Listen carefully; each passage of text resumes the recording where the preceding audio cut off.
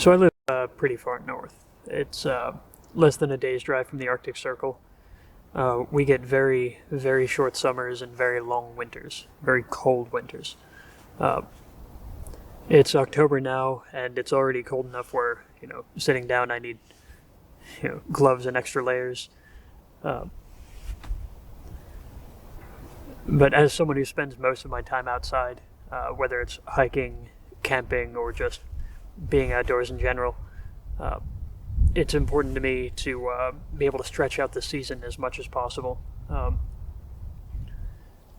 Because once it gets below a certain point, it's hard, and the cold makes everything harder.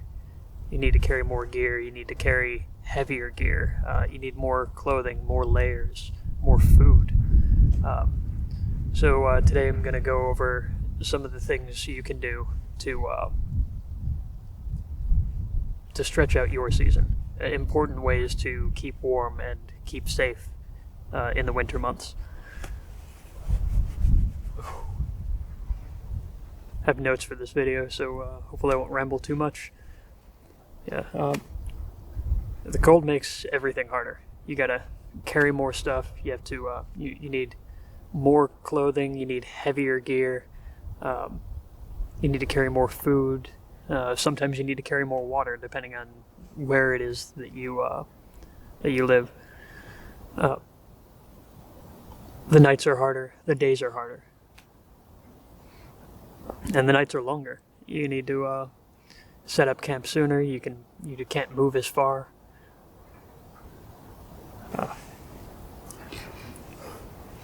And you need to expend a lot more energy just staying warm. So, you ultralight types, sorry, winter's going to be rough, but it is possible to get by. Number one, dress in layers. You should have layers that are appropriate for the actual temperature, the work you're going to be doing, whether you're just going on a casual stroll or hiking or camping. You'll want layers that you can quickly remove and add back on in whichever combination is most helpful. Good heavy outer layers, ideal.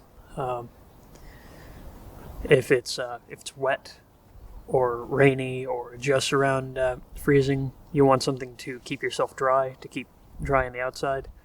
But you'll also want to be able to quickly change layers, your base layers, if they get wet. Say you're sweating, because being wet will kill you.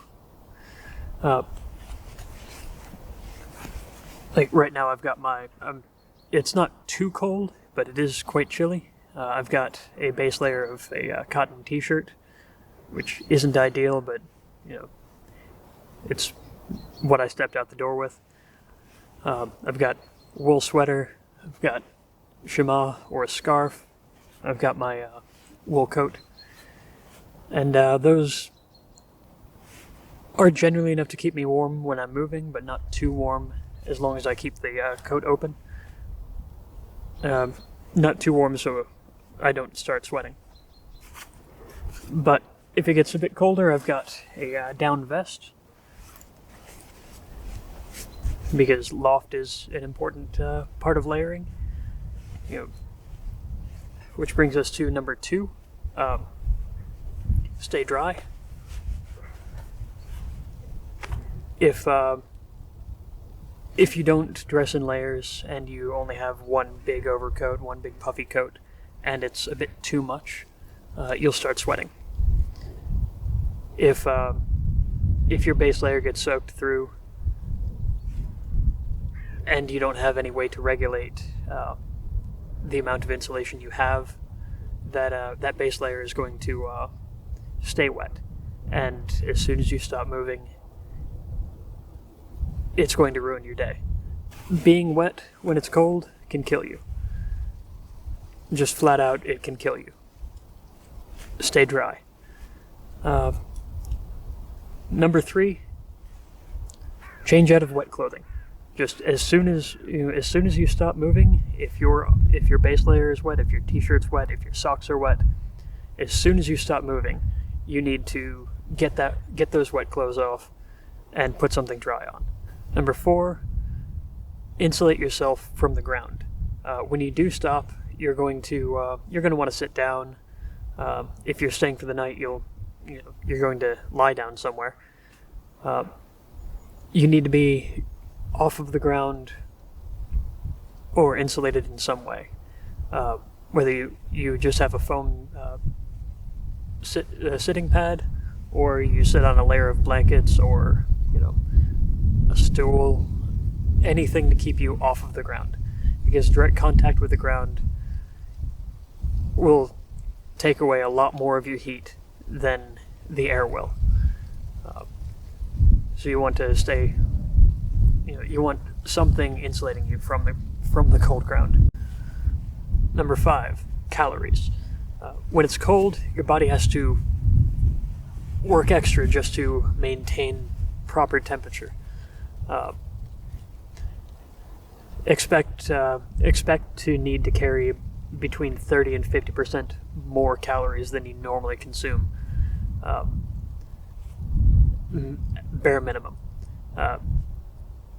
And not just calories, you'll want more fat, you'll want more salt, you'll want more everything.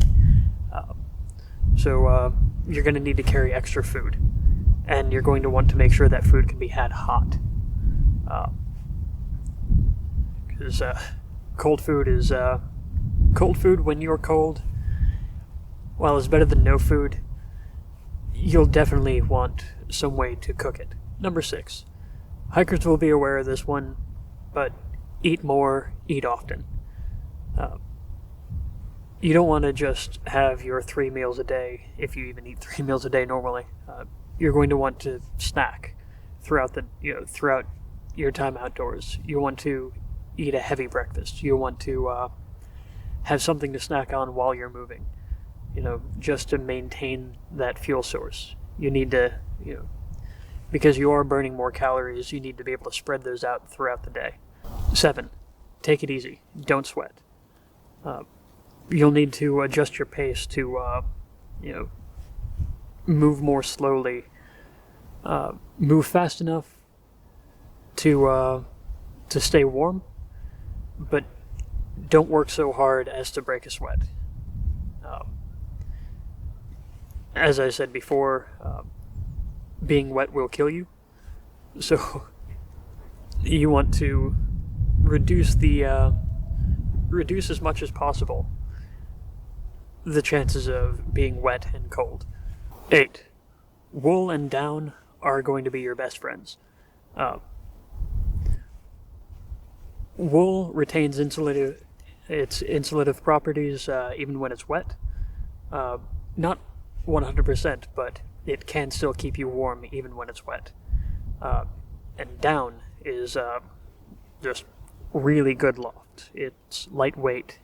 It packs very small. It's very easily compressed, so it doesn't take up too much space, while wool does. But down cannot get wet. If you get down wet, it loses all of its warming properties, all of its insulative properties.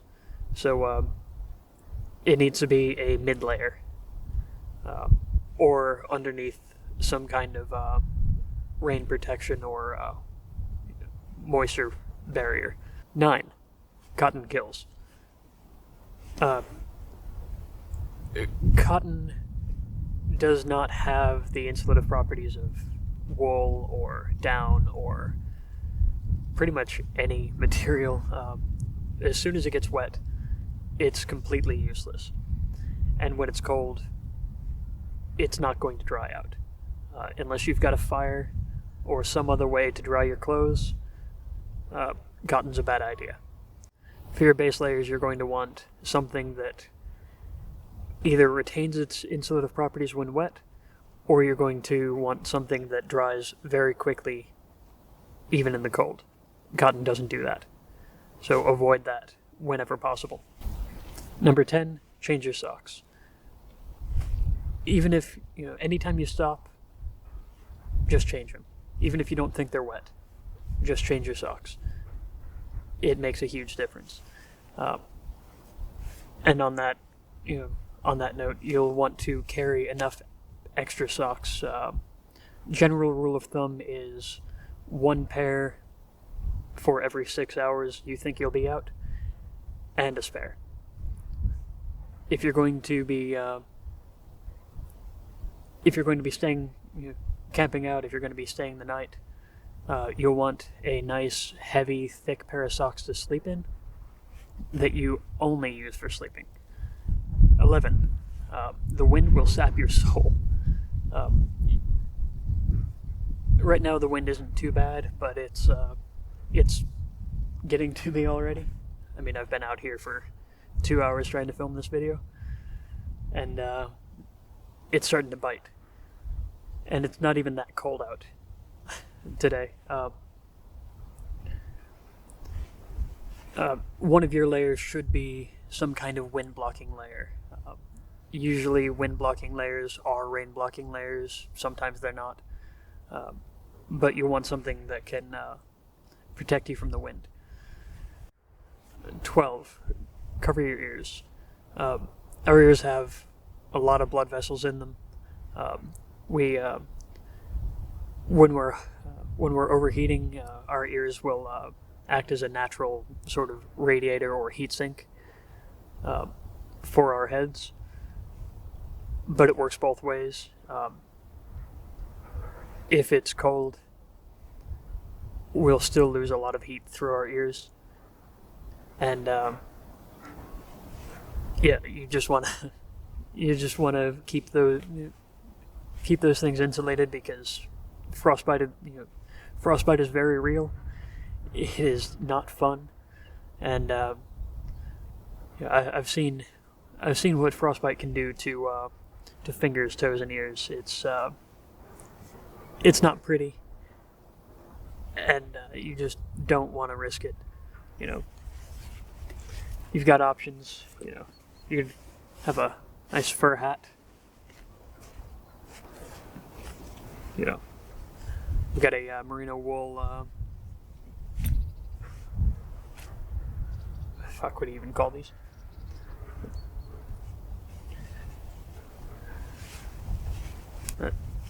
Got a merino wool cap. Get a fur-lined hat. Look like a Canadian or a Russian. Up to you.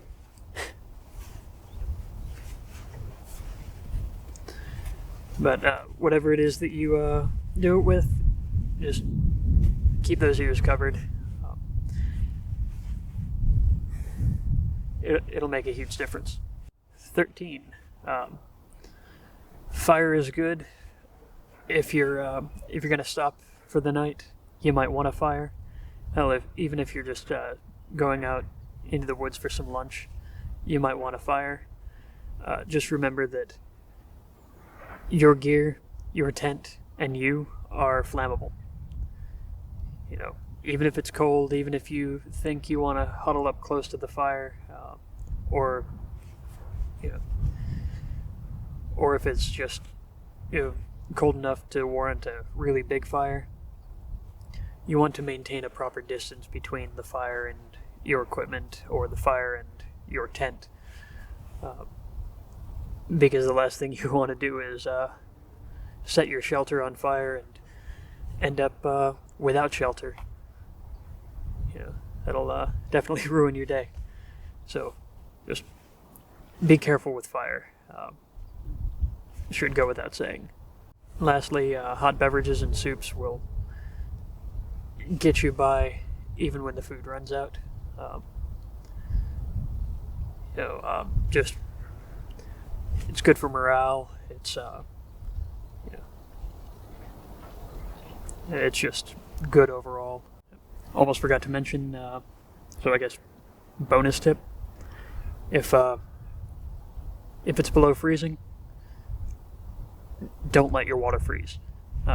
Keep it close to your body, inside some of your layers.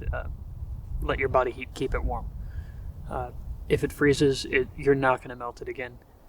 And the last thing you want to do is run out of water. or have your water freeze on you, because then it's pretty much useless. When you go to bed, put your water in your sleeping bag with you.